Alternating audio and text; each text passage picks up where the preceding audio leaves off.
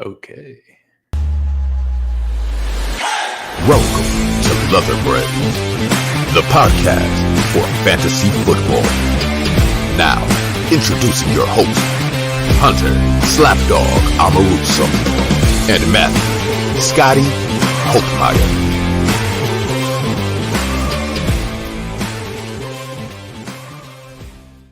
What's going on, all you brainiacs out there, and thank you for listening to Leather Brains. As always, your host with the most, SlapDawg, and I'm joined here by Yeti.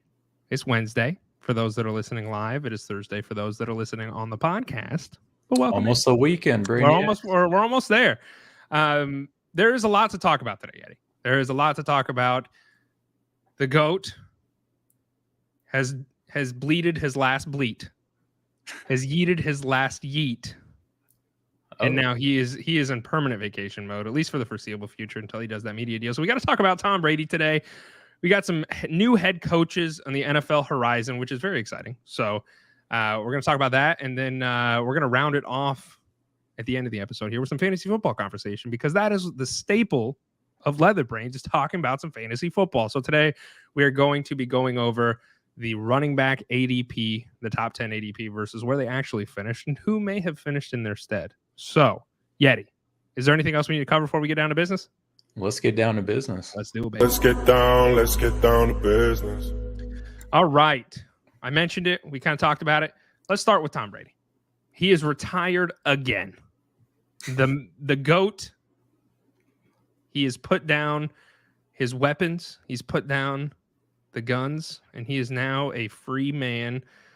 What the hell is going on? Like, you think this is real? You think this is done? You think Tom Brady is officially, this is his final ride here, and he's actually going to retire? Man, I was trying to figure that out all day. I was like, is he really going to come back? Because last year he retired on February 1st. And what's today? February 1st. So it's almost like he's just fucking with us. It's almost like April Fool's for him. It just kind of came early, right?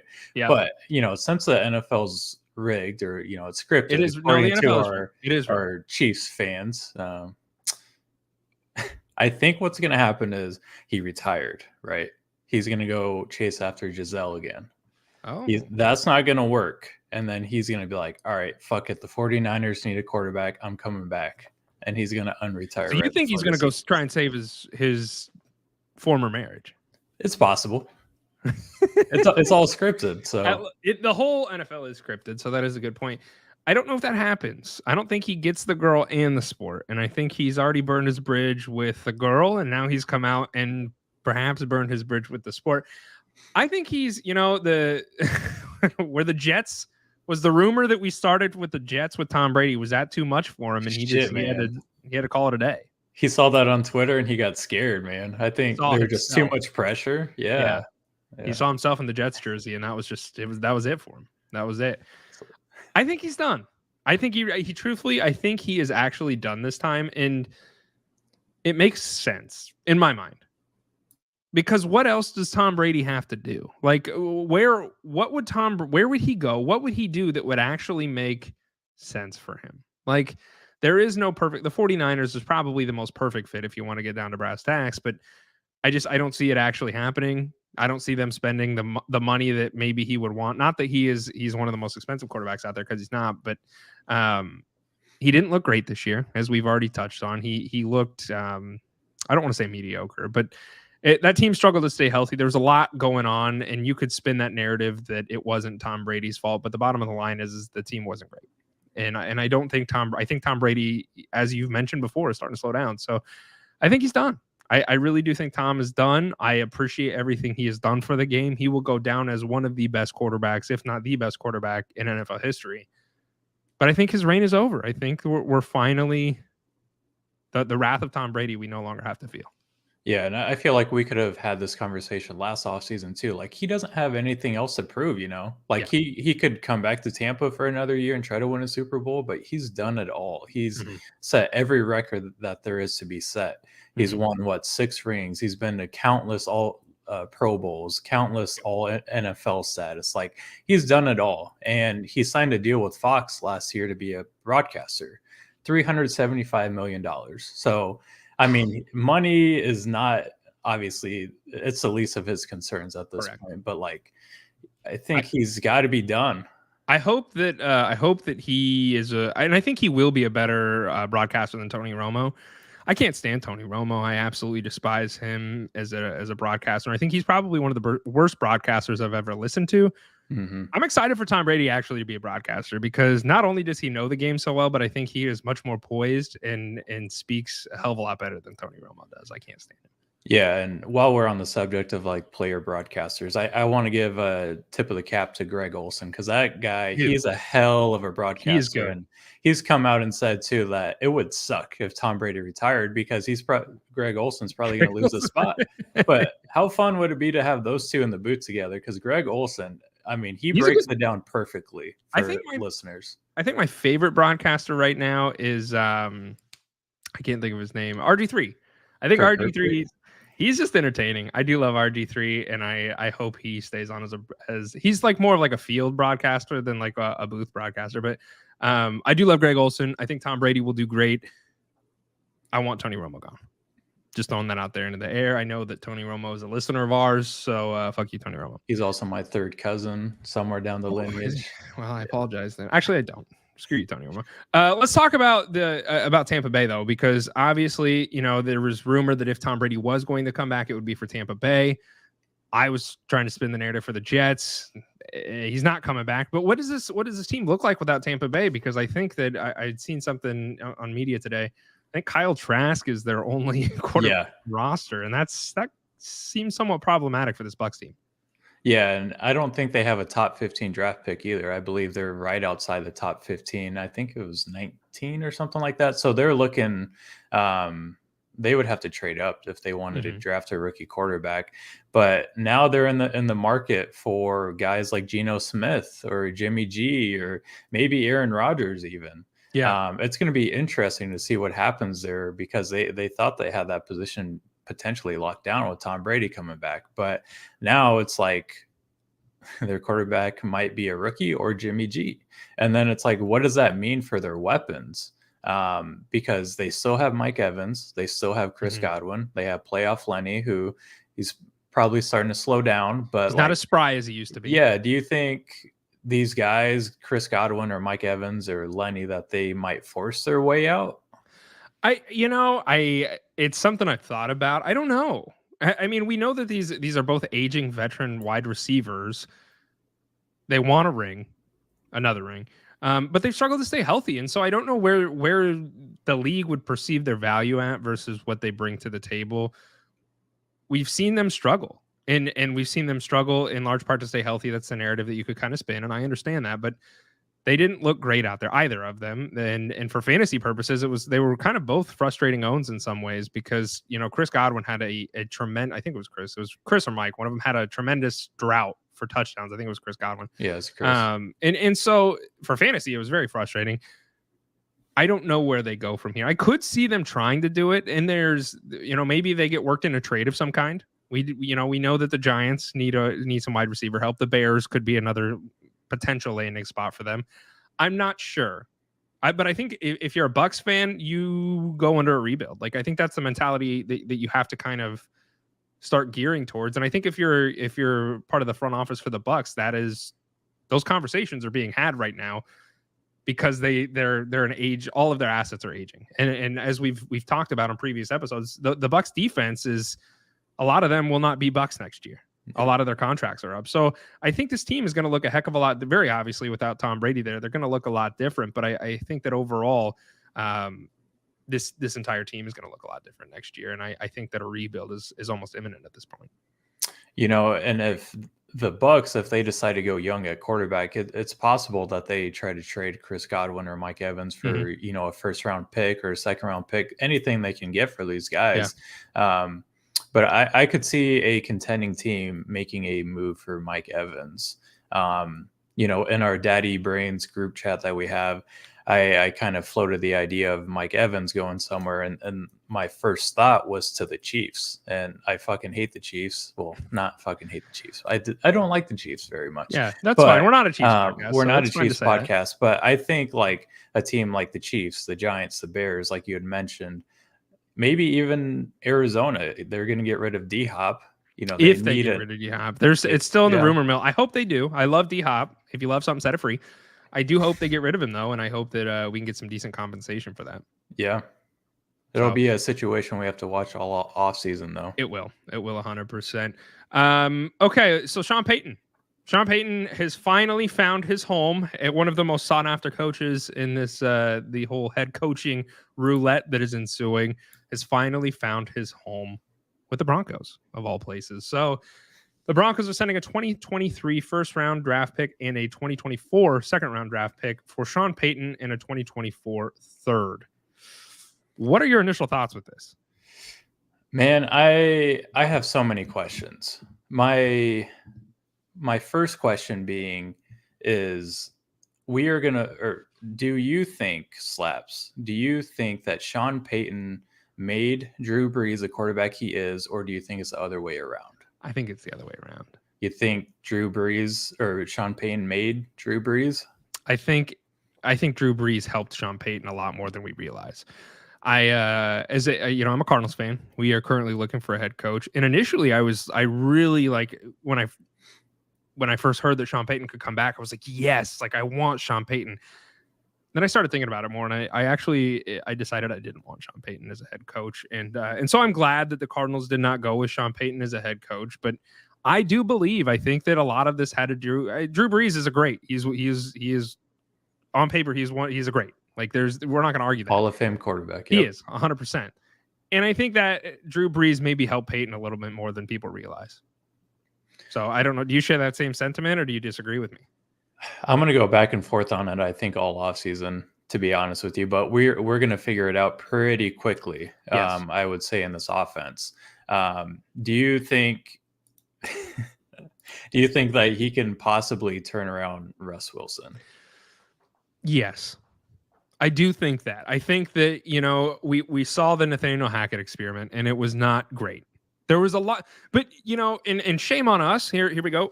I slapped myself on the wrist here because we should have known a little bit better, in my eyes. And looking back, nobody can predict the future, but it was a brand new head coach, a brand new system, a brand new quarterback that has been in a system for a very long time. We should have been a little bit more cognizant of that and maybe not applied the Russ is going to cook narrative, because he didn't. There was a lot to dislike there. Sean Payton is a tenured coach. He is a tenured coach in the NFL that knows what he is doing. Am I going to say he's the best coach of all time? You will never hear that come out of my mouth. But I do think that we will see a different Broncos team this upcoming year. Defensively, they looked stout. They were a great defense. I think they were a top 8 defense at least in the NFL. Offensively, they struggled. And I think that we're going to see schematically in the systems that Payton brings in, I do think we can expect a different offense for the Broncos this year. 100%. Yep. And I, as a Raiders fan, I love the fact that the Broncos basically have no fucking draft picks and that they're all in on Russ and Sean Payton. You had mentioned the offense looking a little different this year. And, whether you think that Sean Payton made Drew Brees or Drew Brees made Sean Payton, it's worth noting how Sean Payton's offenses looked in the past with New Orleans. He was a coach for the Saints for 15 years. Of those 15 years, his offenses were in the top 10 in total yards 13 times, and then they also finished in the top 10 in points 12 times. So he knows a thing or two about offense, obviously. Yep. But it's also worth noting that with Drew Brees, his average depth of target, so average depth of his throws basically, was 8 yards on average. Russ's last year was almost 10 yards. So I think this offense is obviously going to look a lot different, and it's going to include a lot of throws, a lot of short throws to the tight end. Sean Payton fucking loves his running backs. Look at Alvin Kamara. The dude had over 100 targets basically every year. Look at Reggie Bush when he was in his prime. Yeah, and I agree with you, but I am interested to see, because the archetype that Drew Brees was as a quarterback is not the same archetype that Russell Wilson is. And so they're both short. They are both short. But the difference being is Russell Wilson is still mobile. Like, he is not, unless this offseason he grows tree trunks for legs, which could happen. He's going to gain like 40 pounds. Yeah, he ate way too much Subway from that commercial. I think that Russell Wilson, I'm interested to see what Sean Payton does. I'll say that much, because Drew Brees is not a rushing quarterback. Drew Brees checks down to the running back a lot. Is that because Drew Brees systematically was told to check down to the running back, or is that because Drew Brees knew that he couldn't run the ball and he would rather drop it down than get hit? So what will Sean Payton do with Russell Wilson? I think we might see a little bit different of an offense than the traditional Saints offense, because they're different quarterbacks and they have different skill sets. I'm not gonna say that he won't check it down, because I think that we will see some of that, but what does that look like? And I think Sean Payton will kind of unlock some of that. And we should, I do believe that the Broncos will be a better team this upcoming year with Sean Payton there. Yeah, I think maybe we're just a year ahead of the curve when we were saying that the Broncos were going to break out last offseason. It's actually going to be this offseason. Yeah, we go get Cortland Sutton in the 5th round or whatever. Yeah, no, see, I don't know about that. It burned me last time. But I am interested. Like, I didn't want Sean Payton because I didn't want to pay a 1st-round pick for him. And like that to me, I have a hard time stomaching the fact that I'm going to give away a 1st and a 2nd for a coach and a 3rd-round pick. Like that's really hard for me, because if you just would have waited 2 years, you could have had him for free. Well, you would have had to pay him, but like, you wouldn't have had to pay him out of his contract. You know what I'm saying? So to me, that I didn't want to pay that as a Cardinals fan. Like, as a Cardinals fan, I was hoping that the team would not forfeit these picks just to get a coach, because I think there are a lot of good coaches out there, and I don't want to discredit Sean Payton because he is a very good coach, but I think we could find other coaches and still get the job done and not forfeit a lot of talent in that 1st round. So, amen, man. And the Saints, they got very lucky because they don't have any fucking draft picks, so it's almost like they had that in their back pocket. 100%. And they could get a 1st-round pick out of Sean Payton this year if they really wanted to. Yes, and I am interested. Like, how much does Sean, like, not that he won't impact the team, because he 100% will, and he'll bring in the staff. He was very clearly, he wanted the oversight and the ability to make some decisions that perhaps he didn't have when he was with the Saints, or he wanted that same kind of power. I am curious to see what it looks like, and I do think it'll be a better team. But I would not want to pay that for a head coach, and that's just me. So there was another head coaching job that got filled this week. It was the Texans, same day. DeMeco Ryans, former defensive coordinator for the 49ers, is now the head coach for the Texans. Did you have any initial thoughts? Were you just, it's another spot to fill? Were you excited? What were your thoughts on this when you first heard it? I don't think it was a surprise, because he was the rumor. He was rumored to be the Texans head coach the whole time. I think the whole offseason, the whole season, that's who we were hearing was going to get the head coaching job there, which makes a lot of sense. You know, he played for Houston for 6 years. He was their second round pick. It's a feel good story. For fantasy purposes, it's kind of like, because he's a defensive guy, you know, like, I think he's going to get guys fired up to play for him. They're going to have a good defense eventually, but you know, that's a fucking project, man. That going to Houston is going to be a huge project. And I hope he can figure it out, because Houston has had 5 head coaches in the past 4 years, I believe. So not a good track history. And I hope that their front office gives him a little bit of time to work, because he's, you know, with the 49ers, he had a lot of talent, but his defenses were stout. Very. And if they give him time to develop guys, to get good guys in there, like, this team might look a lot different in the next 3 to 4 years when the young guys start to develop. But I'm really curious to see who they hire at offensive coordinator. Because that's going to tell us a lot about the fantasy, obviously. What does this do for Dameon Pierce? You know, what quarterback are they going to draft in the 1st round, or with their 1st pick or 2nd pick, whatever they have now? I have a lot of questions just about the offensive side now. And I think that's fair to have those questions, because I do as well. You know, as a former Texans fan, I am a little excited by this hire, because I do think it is a feel-good story. It's the hometown hero returns, and hopefully the arc does not end like it did in the Scott Frost hometown narrative. But the 49ers defense was no joke. Yes, he did have a lot of talent, but he really utilized the talent in all the right ways. I am excited for this team. I think offensively there is still a lot of concern, though. There's still a lot of concern. Obviously, they're going to draft a quarterback. I don't think that is a surprise to anybody. Dameon Pierce is somebody I think you can trust, but beyond that, what do you do? Brandon Cooks is wanted out. He wants to get traded. Do they actually trade him? That's going to be a conversation that I'm sure we're going to hear repeated over and over again. Nico Collins is a young wide receiver who is a true wide receiver too. John Mechie, who they I think it was their first round pick last year that they used him in. I think it was their third. It might have been, but he got cancer, and so he was not able to play. So there's just a lot of unfortunate things that have happened for this team, and there is still a lot of unanswered questions. So for fantasy purposes, this is going to be an interesting offseason. But congratulations to him. I am excited to see what he can do with this opportunity. Are we ready to talk fantasy, Yeti? Let's dive into it, man. It's been a minute. Let's do it.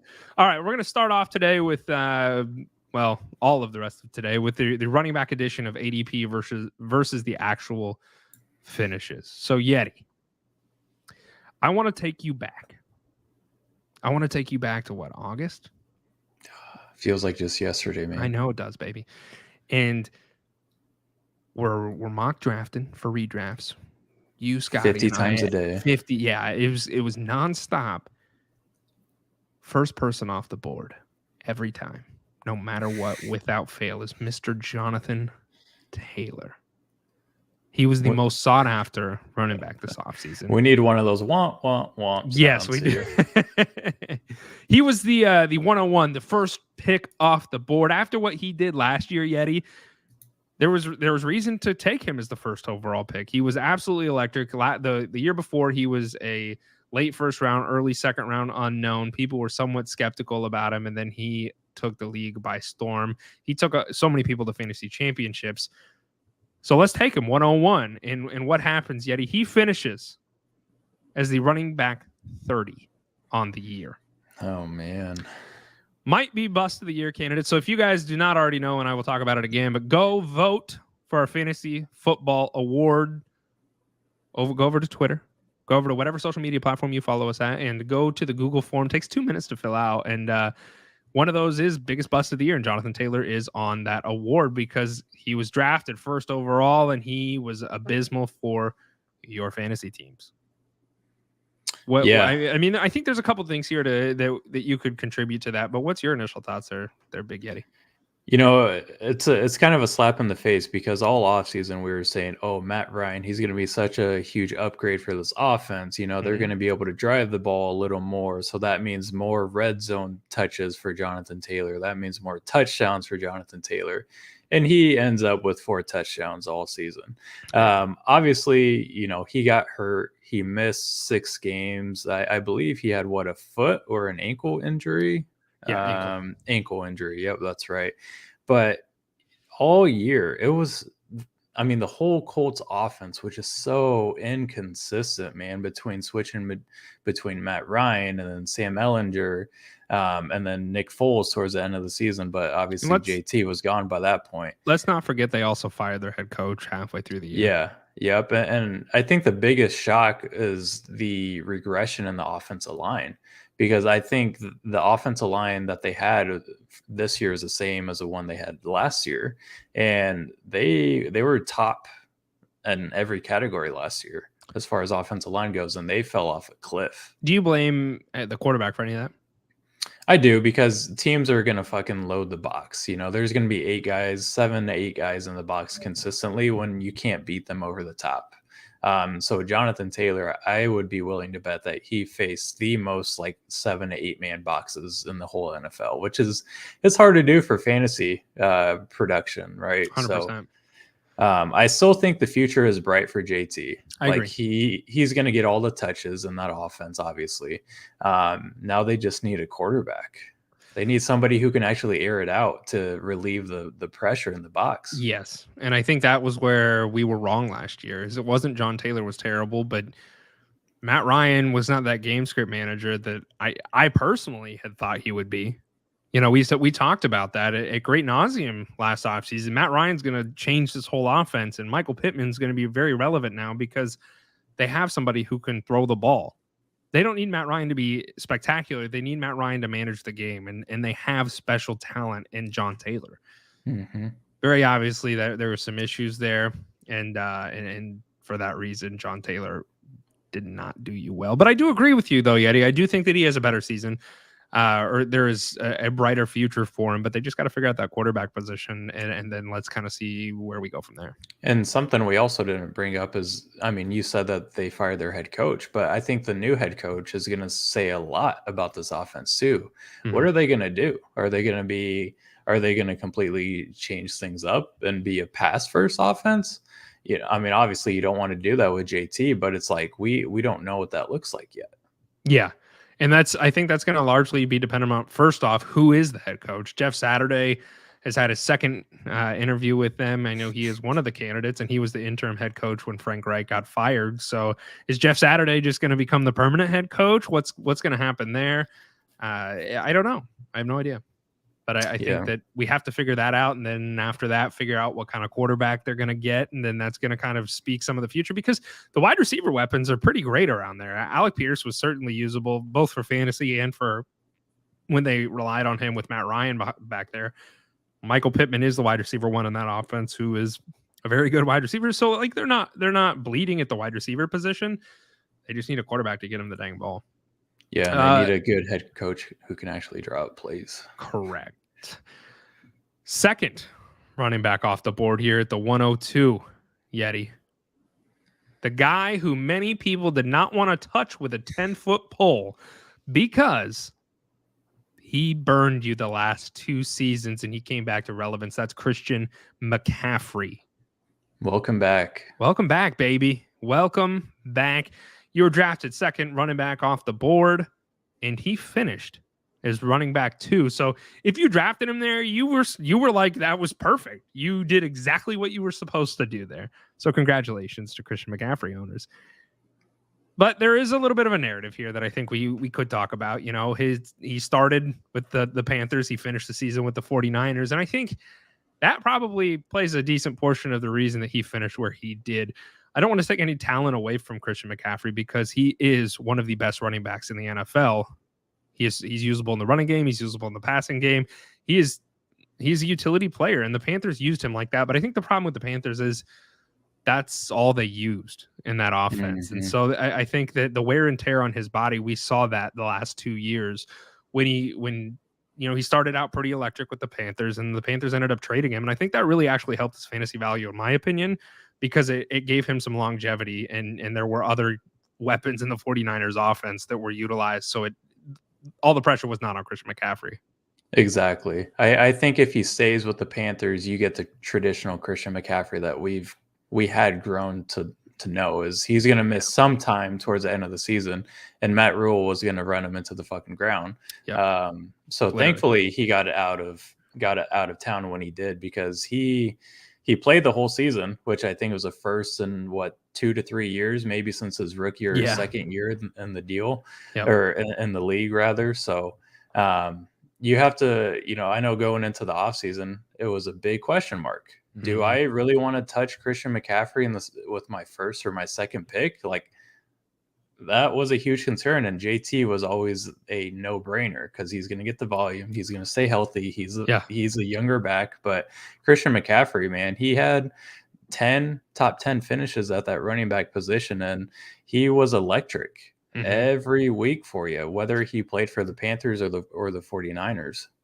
Yeah, and going back to him going to the 49ers, we saw a world in which both Christian McCaffrey and Elijah Mitchell at times were both usable for fantasy, which was somewhat of a shock to a lot of people, myself included, because I thought Elijah Mitchell would just become a backup at that point, but they still utilized him. They still got him involved in the run game. And I think it was somewhat refreshing to see that, okay, we're not going to feature CMC as this bell cow and let him get hurt. So I think that was good for his health and his long-term fantasy value. And I think he's a good play next year too. I think his value is probably right on par with where it's this year going into next year in kind of that same area. He's the 102. And I think that there's going to be a lot of argument to draft him in that 102 spot because he's still going to produce. There is very slight concern depending upon what they do in this offense as far as, obviously the 49ers quarterback situation is just a little murky right now. Trey Lance I believe, will probably end up being the starter going into this upcoming year. And Brock Purdy, he tore his UCL, which I believe is a muscle in his arm. And he's got like a 6-month recovery time. So that's problematic for him to start the season this upcoming year. And so I think we're going to see Trey Lance back there. What weapons are still going to be there? If he's still got Debo and Ayuk and George Kittle there, they could eat some of those touchdowns and we could see some regression for fantasy points. So I'm interested to see where his ADP is. I still love CMC. He's going to be utilized in this offense a lot, but I will be curious to see what his ADP is this upcoming year. He's definitely going to be a top 5 pick next year. And I'm kind of curious if he's going to fall into that Austin Eckler type of category, because going into the season, Austin Eckler had said that he wasn't going to be used as much in the beginning part of the season because they want to keep him fresh. And so Austin Eckler kind of got off to a slow start. But I think with the 49ers and Christian McCaffrey, they do have Elijah Mitchell, he's a good young running back who obviously can't stay healthy either, or he couldn't last year. But maybe they have Elijah Mitchell come in there to spell Christian McCaffrey pretty early on in the season. Maybe McCaffrey has a lesser role to start the season, and it gets to that point of, oh my gosh, should I panic trade him? And then they turn on the Jets, halfway through the season when they really need him to win games. Well, and that happened for sure. You mentioned Austin Eckler. Austin Eckler was 103 off the board, right? There was a lot of concern with Austin Eckler about week 3, week 4. People were panicking. People were trading him away because he was not producing for fantasy. And they said, you know what, this well has been tapped and there is nothing else to get from him. There was panic in the masses. The panic button was being hit all over the place. And guess what? Austin Eckler finishes running back 1, baby. He was the number 1 running back to own in fantasy football. I think right after everybody hit the panic button, that's when the Chargers really turned it on with Austin Eckler. But I do want to point something out here, because Austin Eckler is a touchdown machine. That's how he sees a lot of fantasy football production. I think Austin Eckler became a necessity for this team. And I think that's somewhat of why we, I would be curious, and we won't ever know this, but if that team stayed healthy, what would his output have been? Because they struggled all year. Keenan Allen was injured a lot. Mike Williams was injured a lot. And so they kind of had to lean back on their number 1 guy. And we saw after week 4, like, he was on the field a lot more. He was being utilized a lot more. His backup, Joshua Kelly, also got injured. So I think that everything was set up for him to succeed for fantasy football purposes because he was one of the last men standing in this offense. So if they stayed healthy longer, maybe hitting the panic button wouldn't have been the worst thing in the world, because there were other weapons to help alleviate some of the pressure that this team put on Eckler to get the job done, because he was the only guy. Yeah, and all offseason we were talking about how Eckler, he's due for TD regression, right? Because I think he had 20 touchdowns last year, if I'm not mistaken, and he had 18 this season. 13 of them coming on the ground, which is great to see that he's getting those quality touches in the red zone or on the goal line.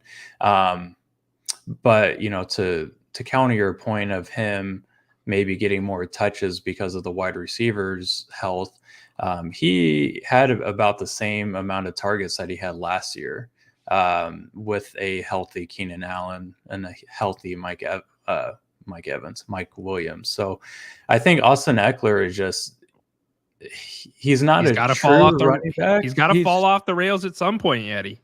He's got to, but until he does, I'm going to keep on chugging along on that train, man. I think you have to, especially with him finishing at running back 1 overall. Another guy who eventually is going to fall off the rails at some point. We had a lot of fear about him going into this season, and maybe we shouldn't have, is Derrick Henry. He was the ADP overall at 105. Derrick Henry is really the only usable piece for the Titans offense, and he finishes running back 4 on the year. So congratulations. If you drafted him when you did exactly what you needed to do, because he was the RB4 and that's where he was drafted at. I didn't expect this. I I'm assuming you probably didn't either. I know Nope. we had conversations about this going into the season, and there was a lot of fear, and rightly so. Ryan Tannehill's career may be done with the Titans now, but going into this year, they had traded away AJ Brown for Traylon Burks, who, beat reporters were suggesting that asthma was a problem for him, and he couldn't compete in the at the NFL level nearly as well as I think the Titans had predicted. And then he gets hurt in the middle of the year, or pretty early on in the year, and then he's not on the field. And so this Titans team has no wide receivers. They have Derrick Henry. The O-line is getting older. We expected them to regress in some ways, and they were still able to get the job done. And Derrick Henry has proven that he is still an athletic freak. The rails are going to come off at some time. I don't know when. I thought it was going to happen this year. Maybe it'll happen this upcoming year, but if you drafted him when you did, you got to be happy with it. Yeah, and I think the biggest question going into the offseason is what's going to happen with the quarterback position. Because if Malik Willis takes over at the quarterback position, I think it's fair to say that Derrick Henry is going to see a lot of stacked boxes, because Malik Willis didn't provide any kind of spark for that offense when he was in. He didn't look very effective with his arm. And I mean, I'm not saying that in the offseason he can't improve and read defenses better, but if I'm an NFL defense going into the first few weeks, I am stacking the box and I am making Malik Willis beat me with his arm. Obviously another question is going to be is, can Derrick Henry hold 300 carries again at the age of 30? Because he's going to turn 30 next season, and he suffered a foot injury last year. Is that foot going to hold up for another 300 carries or another 16 games? So there's going to be a lot of questions around Derrick Henry's ADP and his status. Way too early prediction. Are you fearful of drafting him next year?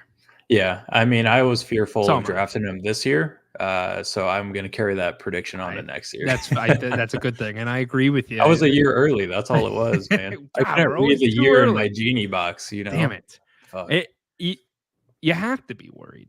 And like you mentioned, this Titans team is another team that I think will go under somewhat of a rebuild, or probably needs to.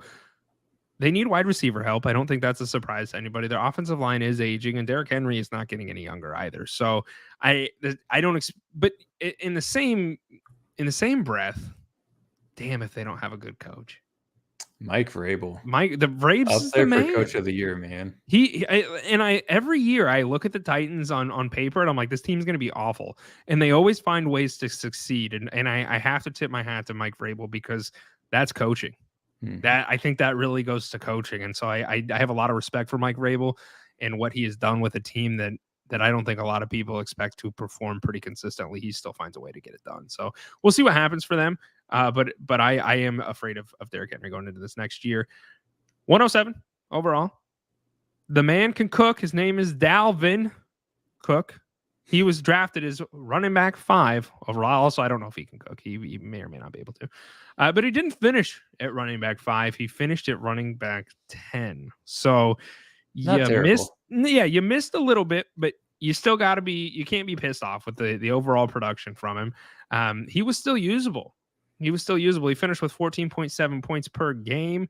What do you think? What are you thinking about Dalvin Cook?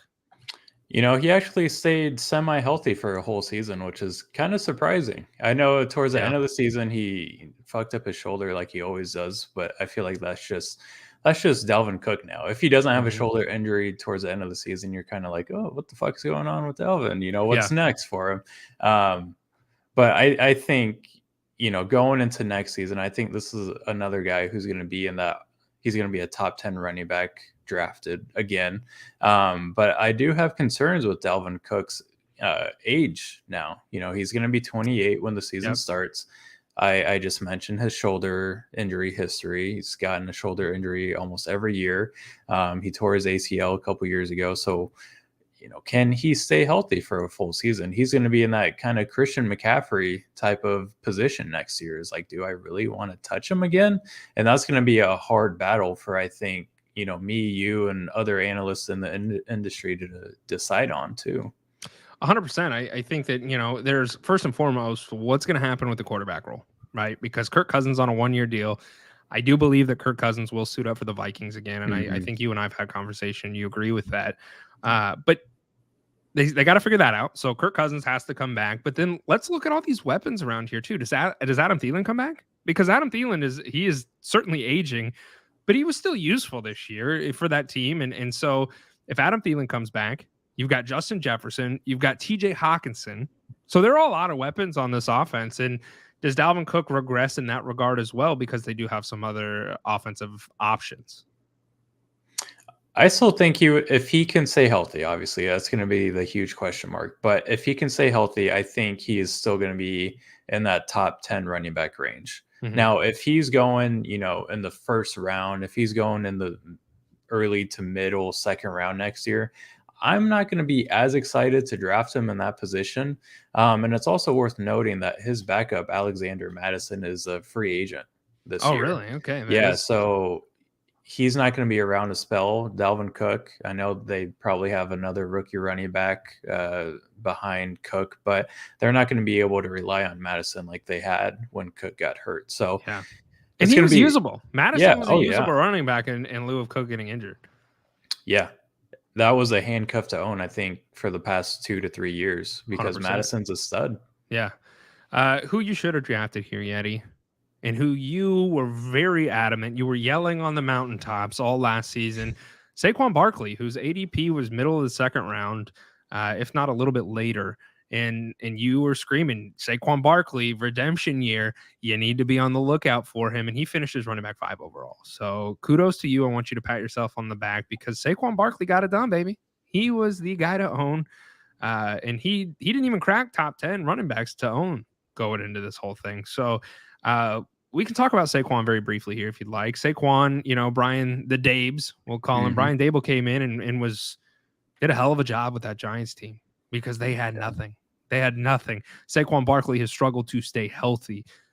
Danny Dimes is actively booed by all of the Giants fans every time that he goes out there. And Brian Dable offensive line is garbage. It's terrible. Yeah. And Saquon Barkley was able to stay healthy. Saquon Barkley was able to get it done for fantasy purposes. So kudos to you for anybody that took your advice and grabbed that. That was a big win for them, because he finishes running back 5. Yeah, last year he was coming off his torn ACL surgery, and he just didn't look right. Yeah. That whole offense last year was awful. Like I said, the offensive line was god awful, and all it took was just the right coach. And the Giants, they added a couple pieces on the offensive line to really help get Saquon going. He finished with over 350 touches, which is incredible for, like I said, it's his second year coming off ACL injury, and he looked great. He looked like his old self out there. He looked electric, didn't have any hesitation in his step, and it looks like he looked like a guy that wanted to get paid all season. So I hope the man gets paid this offseason. Pay the man. Yes, and I hope he stays with the Giants, because Dable loves him, and I love having Dable coach Barkley for fantasy purposes. Brian Dable, you're listening. I'll kiss you on the lips. I love you, Brian. Running back 6. He went into the 108 overall. A guy that we were all very, very hesitant on. We told a lot of people, do not draft him where his current ADP is. Some people took our advice, and they weren't necessarily upset with it. They weren't necessarily happy. This gentleman is none other than Najee Harris. He finishes running back 14. So Najee did not do nearly as well as a lot of people had hoped. I think the writing was on the wall, and we talked about it on the all off season. Najee historically is a pass catching back. When Najee is between the gaps running back, he is not nearly as productive. And he saw a lot of his production getting dump off passes from none other than Ben the Tree Trunks Roethlisberger. So he didn't have that this year. He had Mitch Trubisky, and then he had Kenny Pickett. So he's had a couple quarterbacks in there. And Najee struggled for quite a while there. And if you own Najee, you felt a lot of that pain throughout the year, where there were weeks where he put up very abysmal points for where you drafted him at. He finishes running back 14, so you probably weren't too upset. But I feel like for those that did own Najee Harris, you don't feel like he finished as running back 14. Yeah, man. I was just looking back at his stats, and through week 9, Najee was running back 28 on the season. That's great, but man, I think he he might have redeemed himself with the way that he performed towards the end of the season, because he had in the fantasy playoffs, he had a running back 13 finish, a running back 9 finish, and a running back 13 finish. So he was serviceable towards the end of the season and might have helped you in your fantasy championships or in the playoffs at least. But I don't think he lived up to that draft pick, being the 8th or the 6th running back off the board in the first round. And like you had mentioned, we had talked about Najee's efficiency struggles all offseason, man. He had over 400 touches last year with Big Ben, and that's what saved his fantasy value because of all those touches. He had to do something with it, but if you look at his efficiency numbers, it's terrible per carry, like his yards per carry, yards per touch, awful. When he was on the hot seat for a while. He was on the hot seat too, and Jalen Warren, we kind of saw him get sprinkled in, and perhaps. And then Warren got hurt too, and that's when Najee kind of he shot up quite a bit. Yeah, so you weren't happy, you weren't sad. I don't know. I didn't take any shares of Najee in any of my leagues. You didn't either, because we knew the writing was on the wall, and so I don't know how Najee owners are feeling, but I'm assuming you felt like you were let down in some ways, and rightly so.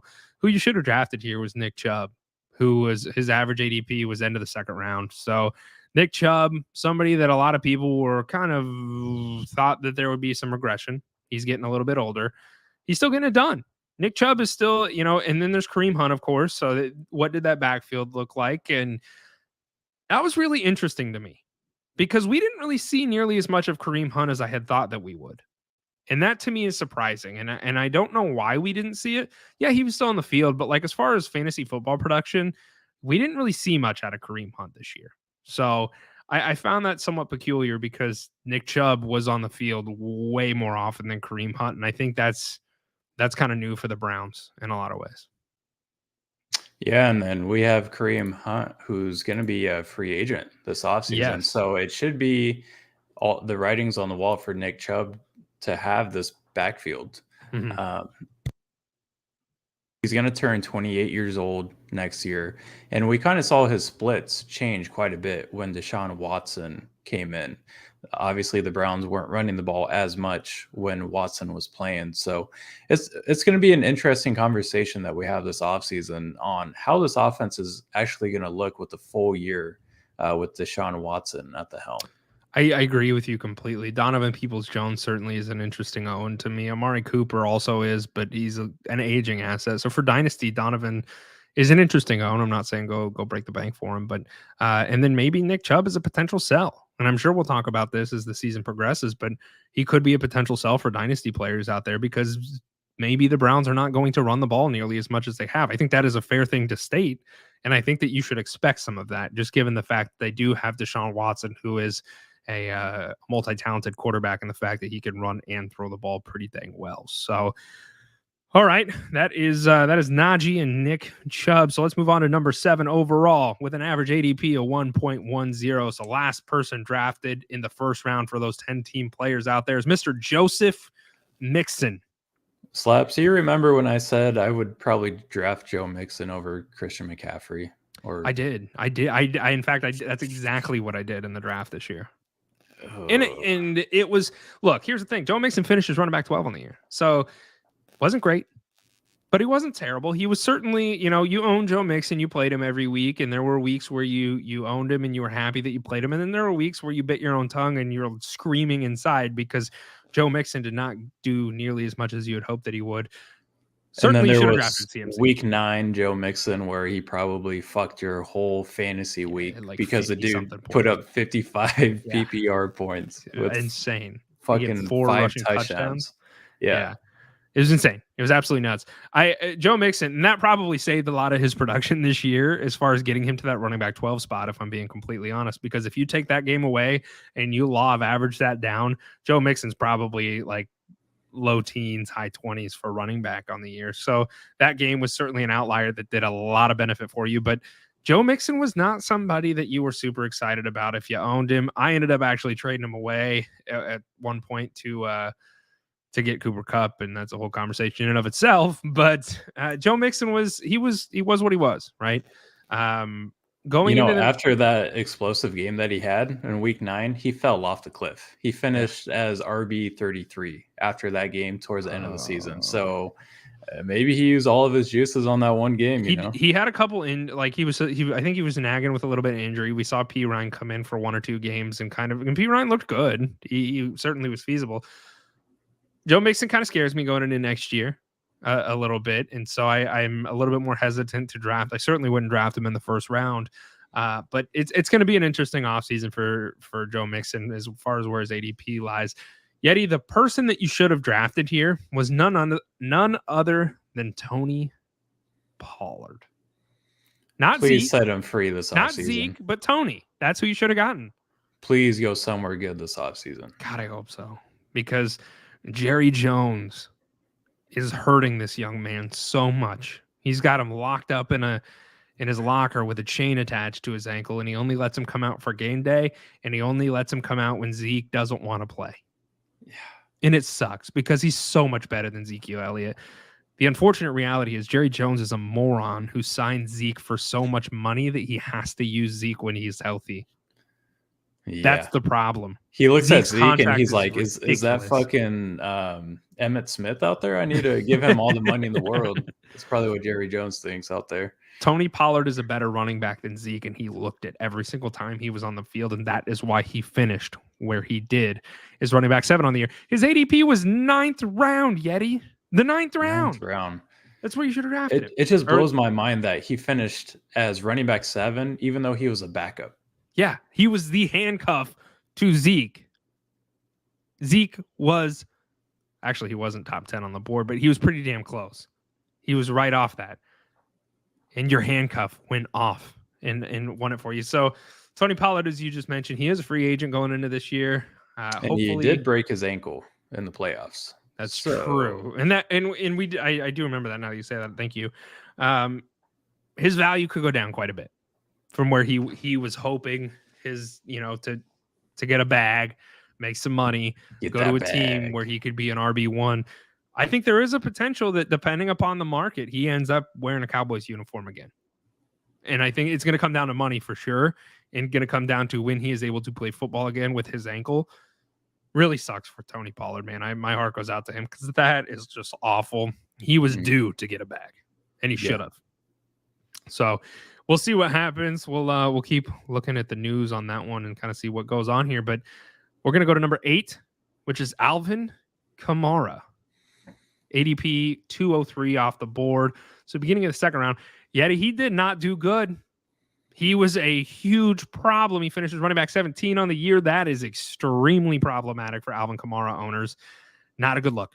Another guy who you were riding a roller coaster with all season because he started off terribly. Yep. He had a few games that gave you hope, and then he fell off another fucking cliff. That roller coaster went off the rails. Yeah. That's what happened. In realistically, you look at it from this perspective. This is how I look at this, and I'm curious to know your thoughts and opinions on this. The Saints team was awful. Yes. The Saints team was awful. They could not figure out who they even wanted to play at quarterback for half the damn year. Michael Thomas, this was his redemption year. This was when he was going to come back and he was going to be stellar. Draft him early. He's going to go off and have another year. And guess what? Michael Thomas was gone. He was non-existent on this team. Chris Olave, rookie, he was probably the person to own for that wide receiver room. I think he was even struggling with injury for a couple weeks. They couldn't figure out if they wanted Laser Jameis to be their quarterback. They decided Taysom Hill would do it sometimes. Oh, yeah, let's not forget Andy Dalton, the red-headed sensation. They decided to play at the end of the year for absolutely no reason that I can fathom because he was terrible. At one point, he was it was comical to bet on how many interceptions he was going to throw in any given week. And I think Alvin Kamara suffered in that area. I think that was, I don't want to say it was everybody else's fault because I think Kamara does share some of that blame. But I think more than anything else, the offense had no identity. And so I think Kamara suffered for that purpose. 100%. And it's like a similar situation to the Colts where teams could just stack the box because they weren't worried about the quarterback doing anything. And I think that's what was going on against the Saints too. They knew once you shut down Alvin Kamara, that whole offense is done. Mm-hmm. And this offense was terrible as far as scoring goes, and Alvin Kamara suffered because of that. He only had 4 touchdowns in total all season between rushing and receiving. 4 touchdowns, man. That's terrible. Obviously, that's a large reason why he finished outside the top 10. And, next year is going to be interesting because he, with the Pro Bowl coming up last year's Pro Bowl, he got arrested for beating somebody. And that case is supposed to happen still. Can't do that. Yeah, he's still going to go to court for that. So he might be looking at a suspension to start his season next year. Problematic. Very problematic. Who you should have drafted here, Yeti, is Aaron Jones. Aaron Jones was running back 8 on the year. He was drafted as running back 10. We'll get to him in just a moment. We'll move to number 9. We're going to talk about DeAndre Swift because he swiftly destroyed people for fantasy football, not because of his production, but for those that actually owned him. Swift finishes running back 24. I can already hear it now, Yeti. I can hear Scotty just listening to this and just shaking his head and scoffing at the name DeAndre Swift. He's probably crying in a cup right now. I think he is. And he's going to drink those tears later. DeAndre Swift, he was drafted middle of the 2nd round. It was an exciting time for those that were interested in DeAndre Swift. He looked like he was going to be a great play. He was not. He finishes, as I mentioned, running back 24. I think the running back to own for the Lions was Jamal Williams. Jamal Williams was absolutely destructive for touchdowns. Go vote on him. Go vote on your waiver wire out of the year over at our award ceremony that we're going to have next episode on Monday to celebrate our 100th episode here at Leather Brains. But Jamal Williams has got to own. DeAndre Swift, he struggled to stay healthy again this year. He kind of came back, kind of didn't. Scotty blames Dan Campbell. I love Dan Campbell, so I will never do that. But truthfully, DeAndre Swift was not usable for fantasy very often, and that was very frustrating for those that owned him. And I do think part of the blame can go on Dan Campbell because I will never do it. I know you won't personally do it, but I will. I think once Swift came back from his shoulder injury, he kind of lost his identity too. Like, what do we do with DeAndre Swift? Because at that point, Jamal Williams was the true running back to own for that backfield. He was getting all the carries, all the targets, all the fucking red zone target or carries, and that resulted in him leading the league in touchdowns. Yeah. But Swift, he's one of the most talented running backs in the game. I will die on that stance. No, he is. I think once you get him the ball in space, he's electric out there. The biggest question for him is staying healthy, but I think he could have added another spark to this offense if he was used the way he should be used. Yeah, and I won't blame Dan Campbell, but I will state I think that he came back too early as far as maybe he wasn't 100% healthy and they should have let him continue to get healthy. But I think another part of this, and I don't know, I'd have to go back as a closet Lions fan. I'd have to actually go back and look at some of the games, but are we going to be a Lions podcast next? Yes, I am all on board for that Lions podcast next year, baby. Let's roll. Dan Campbell, love you, brother. But I think this offense found its identity without Swift in some regards. And I think that's part of his problem is the Lions figured out offensively who they wanted to be when Swift was a little bit injured. And we saw it. Jared Goff he looked good. I mean, he finished as a top 10 quarterback this year, and I certainly didn't predict that, and I don't think anybody did. Jared Goff was certainly a usable quarterback for fantasy, but guess what? He was also a usable quarterback for that Lions offense. Amon-Ra St. Brown, electric. Jamal Williams, non-existent for almost all the year. Jameson Williams. Thank you. Jamal Williams was usable. He was the running back to own. I think the Lions kind of figured out who they wanted to be, and Swift was not a part of that because the train left the station and he wasn't on board, and that might have been due to his injury. So he is a good running back. I don't want to take anything away from the young man because he is an electric running back who looks absolutely explosive when the ball is in his hands. But I hope that next year he does get more involved because he should be, because the talent is there. And I think I don't know where his ADP. I would be very interested to see where his ADP is at going into next season. But he's an interesting own for me because if they utilize him the way that they should, it's going to be fun. So let me ask you this: Jamal Williams is a free agent. Yep. This offseason. if the Lions do not weird, by re-sign the way. him, He is a weird he's man. very I He's a think he's strange taking dude. too many hits to the head. But let's say Jamal Williams isn't re-signed. Where do you think that puts DeAndre Swift's ADP? If he is the sole running back of name. I would say DeAndre Swift. I would say his ADP is probably right where it is right now, in like the 205 area, like mid to late second round is kind of where I see his ADP being if Jamal Williams is not re-signed with the Lions. I could see that too, yeah. And I think if Jamal does come back, I could see a scenario where Swift forces his way out. Maybe not in the offseason. Williams' way out or Swift's way out? Swift's his way out. I see. See, here's this is my prediction in the coming years, and we've kind of talked about this, and I think you mentioned it to some degree as well. I think the landscape is going to change for the way that I was going to say we, like we're NFL owners. The way that NFL owners, we are going to buy the Commanders though. Remember, don't forget that we are going to take ownership of the Commanders once. Come at me, Jeff Bezos. Yep. Once the Brainiacs give us enough money and donate to us, we will own the Commanders. And tickets will be free. We're not selfish people. But I don't know.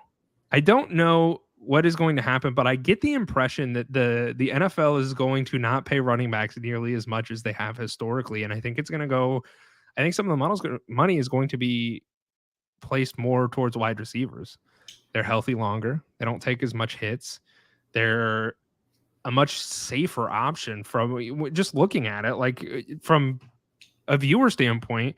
Wide receivers are much safer owned than a running back. The running backs, they take a lot of hits. They're running in between the tackles. They get clocked a lot. They get hurt a lot. So why are you paying them an exorbitant amount of money and then you don't get to use them? So I think we might see somewhat of a shift in the market for running backs. And I'm not going to say that the big names still aren't going to get paid, because your Christian McCaffreys, your Derrick Henrys, they're top tier elite guys. But I am interested in the next 5 years to see what the running back market looks like and how much they're getting paid.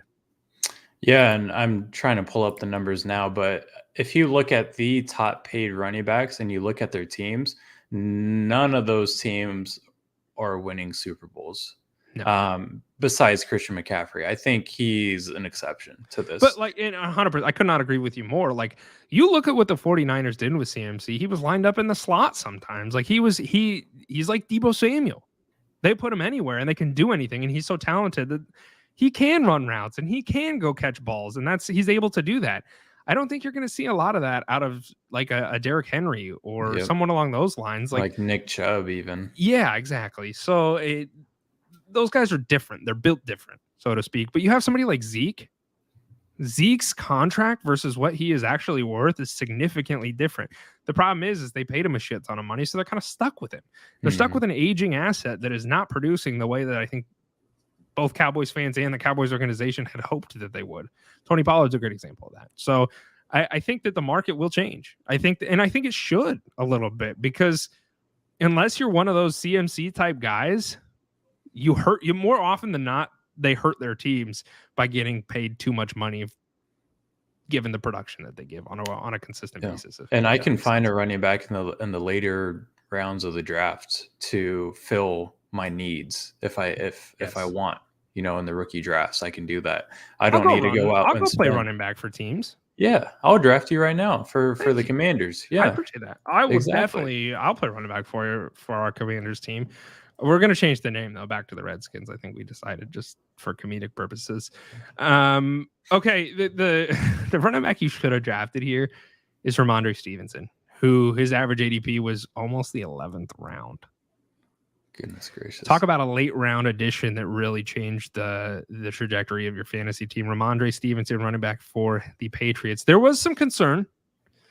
Damian Harris was the RB to have for the Patriots. He was the guy to draft off the board, and Ramondre kind of took the fantasy world by storm and finished as high as he did. He looked electric.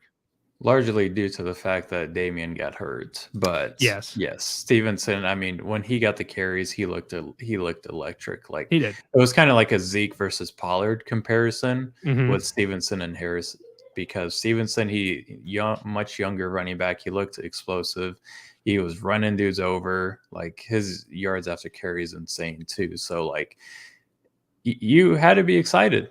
Get him in almost the 11th round, and he finished as a top 10 running back. And great. But my only question now is, can we finally trust a New England running back for next year? Because historically, we haven't been able to. Historically, Tom Brady's been the quarterback, though, as well. This is true. So I don't know. Mac Jones did not do anything to tickle my fancy this year.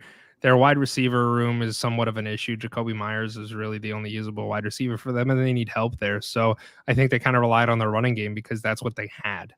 Mac Jones has done nothing to impress me. He hasn't. And so I am interested to see what goes on next year. I think if anything, I would Ramondre is a little bit more of, I think his ADP is a lot better than 11th round next year. But I am interested to see where that falls. I don't think he's going to be in the second round by any stretch of the means, but like mid third, fourth round, I could kind of see Ramondre maybe getting spicy if they don't do anything else with that running back room. Yeah, and Matt Patricia's finally gone now as offensive coordinator, so things are going to look a little different. They got old double chin. What's his name? Bill Belichick. Bill O'Brien. Excuse me. Bill O'Brien is going to be their offensive coordinator. So hopefully things look a little different. He coached Mac Jones when he was at Alabama too. So that's just worth noting. Yeah, we'll see what he does there. The last running back on the board, as we somewhat mentioned earlier, is Aaron Jones. His average ADP was 207. He was the 10th overall running back off the board. And he actually finished running back 8. So you were happy with Aaron Jones's production. There was a lot of speculation going into the year about AJ Dillon. I stand by what I said, and I was wrong, and I understand that. But I think AJ Dillon, I would have liked to see AJ Dillon worked in more in this offense that struggled the majority of the year with the Packers. I thought that they were both going to be involved. There was conversation. Beat reporters were saying that AJ Dillon was lining up in the slot and running routes. Like, I wanted to see this. I wanted to see both of them on the field a lot. We just really didn't. We bought into the hype of them putting the best 11 players out on the field, and we thought that included Dillon. But I think it should have still. I think it should have. Yes. Yeah. We're just not offensive coaches. I mean, we are in my Madden league, but we're not in the NFL. And unfortunately, that's what we got. So you were happy with AJ Jones or Aaron Jones. I just mixed their names together. You were happy with him. You were happy with the production. I think some of it stems from the fact that he is a talented running back, and we knew that the Packers were going to be running the ball. I don't think that's a surprise to anybody. Adams is gone. And so what does that leave them? That leaves them a bunch of rookies. That leaves them a bunch of old vets. And that leaves them with Alan Lazard, who is not a wide receiver one. So they struggled a lot of the year. You saw their offense was abysmal at times. Christian Watson kind of came into himself at the end of the year and was certainly usable, but they ran the ball a lot because that's what they had. And this offense might look even worse next year if Rodgers is gone. Yeah, or it could look a lot better. Jordan Love. The Packers usually let quarterbacks sit on their bench for like 4 years, and then all of a sudden they're like Hall of Fame quarterbacks. So Jordan Love's probably the next Hall of Fame quarterback, Eddie. Oh, shit.